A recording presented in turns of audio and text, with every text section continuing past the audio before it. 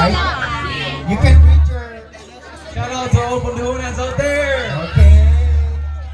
Shout out sa mga taga-Punduhan. Your representative is here. So, Ambassador number 3, please speak your number, your question.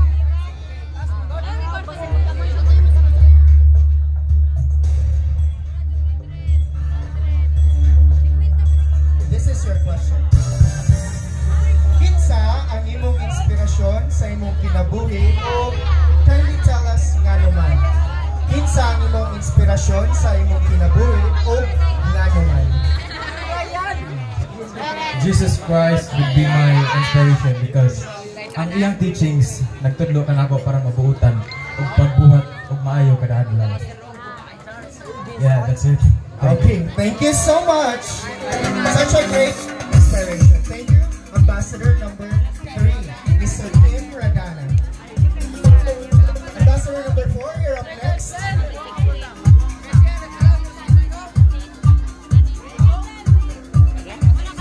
Ambassador number 4, how are you feeling right now? I'm good, thank you. You have a lot of minor awards. How does it feel? Actually, it is nerve-breaking here in stage, but I'm flattered. Okay. So good luck. Please speak.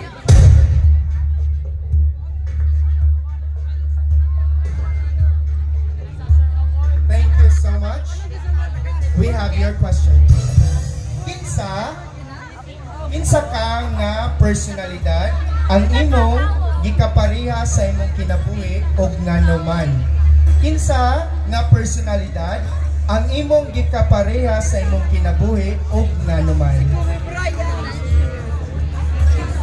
I would say the Pope Francis. He sets an example by spreading the essence of kindness, and he has been vocal about the importance of kindness, mercy, solidarity, especially towards marginalized communities and those in need. And as a Panabang ambassador of kindness, it is true and appropriate to make him as an example for myself, as he is a perfect example of a leader who embodies kindness in today's world. And not just a leader, but his teachings are reminders for us all to see high hopes and to remain positive all the time. The world is struggling with people fighting for their rights.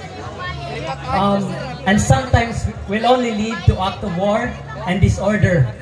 Apan, taliwala sa tanang kalisod, kung kitang tanan makakita og rason nga mobuhat og maayo sa atong isig katawo, makaya ug pakabot nato ang kalinaw ug kahusay sa kalibutan nga mao ang gipangita sa tanan. And I do believe that whenever there is a human in need, there is an opportunity for kindness and to make a difference. Maayong gabi ug daghang salamat, Sitio Panabang! Thank you so much, Ambassador number 4, for that wonderful message as an answer. Kindness it is. Okay, we're down to our next contestant, Ambassador number 5, Nino Lito Mendez. Ambassador number 5, how are you? Gikapoy na, wala pa. So, can you greet your mga fans na natin ha? Hello, Uptown! Hello, Panabang! Make some noise, Uptown! Okay, Ambassador number 5, please take that.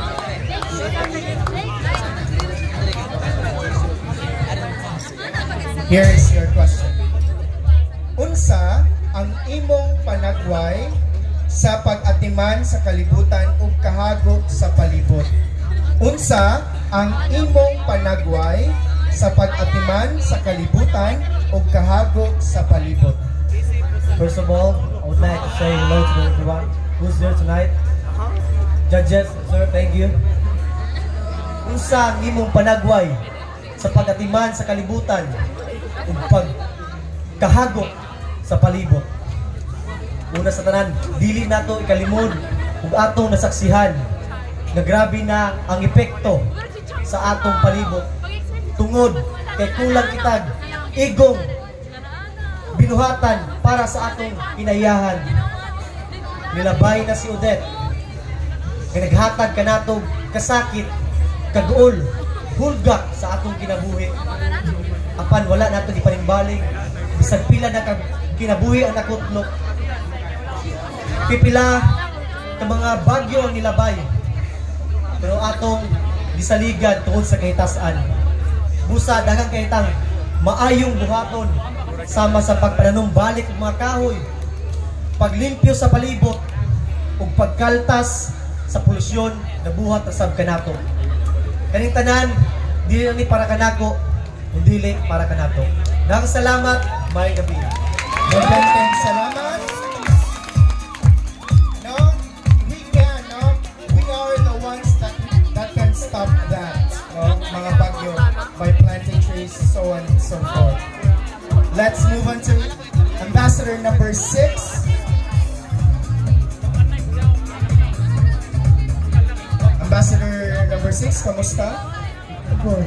You're good. You're nervous. Are you nervous? Wala? Okay. Please speak.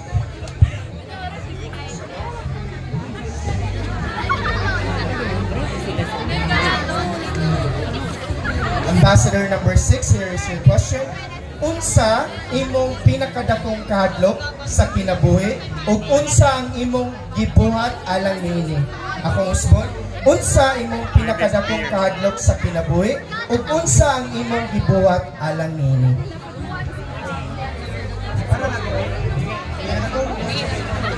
Mike. Ang mawala ang akong pamilya, nabina ang akong inahan, ug ang akong nabuhat niini. Kung ako siyang gitabangan sa doadlaw nga bulaton. Anay, thank you. Okay, thank you so much. Ambassador number 6. You love your parents all the time, no? Kaya wata kabalo kung sa'y may tabong pohon. And finally, to wrap up this question and answer portion, let's call in Ambassador number 7, Mr. Carl Figueredo.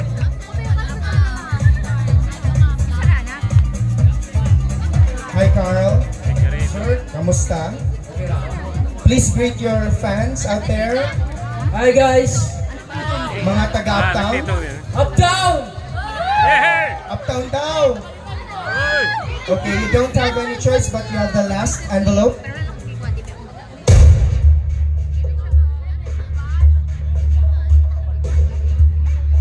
Ambassador number 7, this is your question. Giunsa nimo pagdumala ang stress o kagulanan sa imong kinabuhi? I repeat, giunsa nimo pagdumala ang imong stress o kagulanan sa imong kinabuhi? Thank you for the important question. Good evening everyone! Managing stress and sadness is a set of viral each day. Personally, with approach in personal, choose to open with firstly, I prioritize self-care from maintaining a healthy lifestyle. Secondly, I practice mindfulness or meditation. These techniques would make my thoughts and emotions more positively. Lastly, I engage hobbies and activities that bring me joy, such as playing basketball and swimming. With this, I'm effectively learning sadness and stress, allowing me to face challenges with a positive outlook. Once again, good evening. Thank you so much, Ambassador number 7. Indeed, no, dapat nang makabalo kung unsaon nato pag-manage ang ato ang stress. We have friends and we have ourselves. Okay. We now move on to the second set of special and minor awards. May I call in